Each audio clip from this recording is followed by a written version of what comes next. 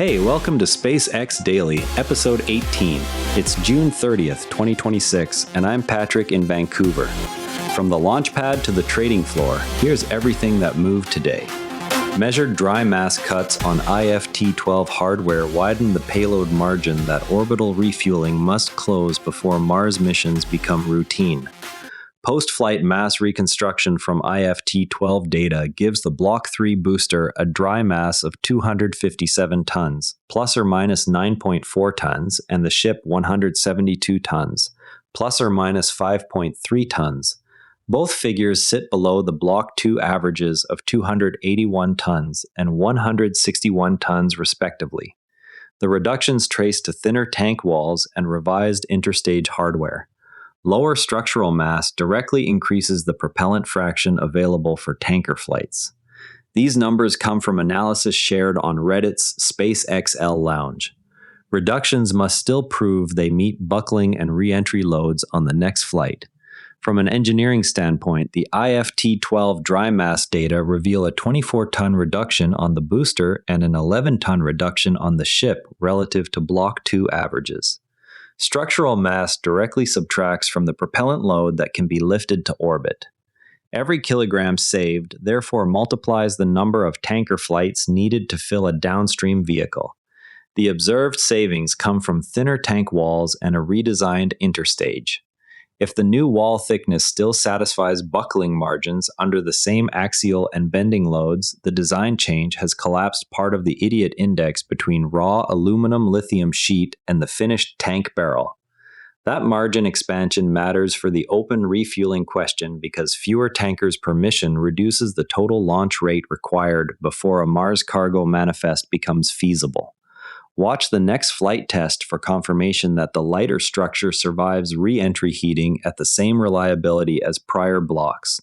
One thing worth watching is a peer-reviewed analysis that concludes launch vehicle scale eventually collides with ground support limits on propellant delivery, road transport, and pad turnaround.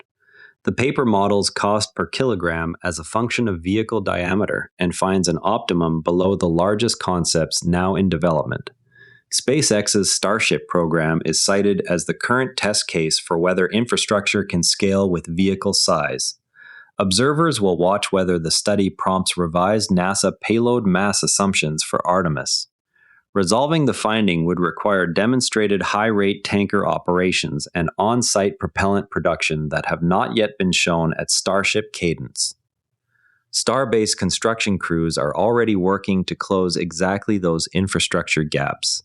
New imagery shows continued work on the second launch mount and propellant farm expansions at Starbase. Tower arms have been exercised in additional fit checks. Construction activity remains focused on supporting higher flight rates. Lab Padre's June 29th stream captured new close-ups of the second tower's quick disconnect arms during a fit check sequence. Observers also noted additional bracing added to the propellant farm piping. Road widening work near the production site has resumed after a brief pause. A Falcon 9 lifted off from Cape Canaveral carrying another batch of Starlink satellites in the 6-103 configuration. The booster performed its standard return-to-launch site landing. This flight continues the record cadence established in 2025. The specific mission carried the Starlink 6-103 group, designated Fiorentina versus Genoa. No anomalies were reported during ascent or separation. The launch adds to the cumulative total of Starlink satellites placed in orbit this year. Routine operational flights continue even as the next Starship generation is prepared. Elon Musk stated that direct-to-cell service will reach standard mobile handsets without hardware modifications. The confirmation follows earlier carrier partner announcements. Regulatory filings for the service remain under review. The service targets unmodified consumer phones rather than specialized terminals. Capacity planning now incorporates future direct-to-device traffic volumes. No specific activation timeline was attached to the confirmation. On the AI front, Musk's confirmation of unmodified handset Starlink service directly ties satellite capacity planning to future direct-to-device data paths that could backhaul inference traffic. Rocket Lab's purchase of Iridium for $8 billion brings L-band spectrum holdings that could support direct-to-device links. The deal positions the combined entity as a potential narrowband competitor in markets where Starlink direct-to-cell is still ramping. Spectrum acquisition timelines will determine when services could overlap. The transaction gives Rocket Lab access to existing Iridium orbital assets and ground infrastructure. Narrowband services would focus on messaging and low data applications initially. Market overlap depends on both regulatory approvals and constellation upgrades. Community discussion centers on whether New Glenn can deliver both Orion and the Blue Moon lander to low lunar orbit in a single stack. Side-mounted docking ports on Blue Moon appear to preclude a stacked configuration. Commenters note that Starship HLS would still be required for cargo delivery even if Blue Origin wins a landing slot. The discussion references specific port geometry visible in recent Blue Origin renderings. A stacked Orion Blue Moon configuration would require significant redesign of the lander interface. Participants in the thread emphasize that cargo mass margins remain a separate constraint. Meanwhile, the NASRE spaceflight update reviews ongoing Block 3 vehicle processing and heat shield tile installation rates at Starbase.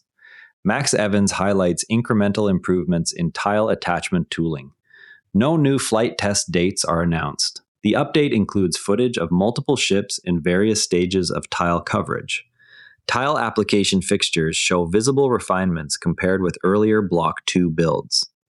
Commenters on the NASA Spaceflight channel noted these fixture changes in recent site footage.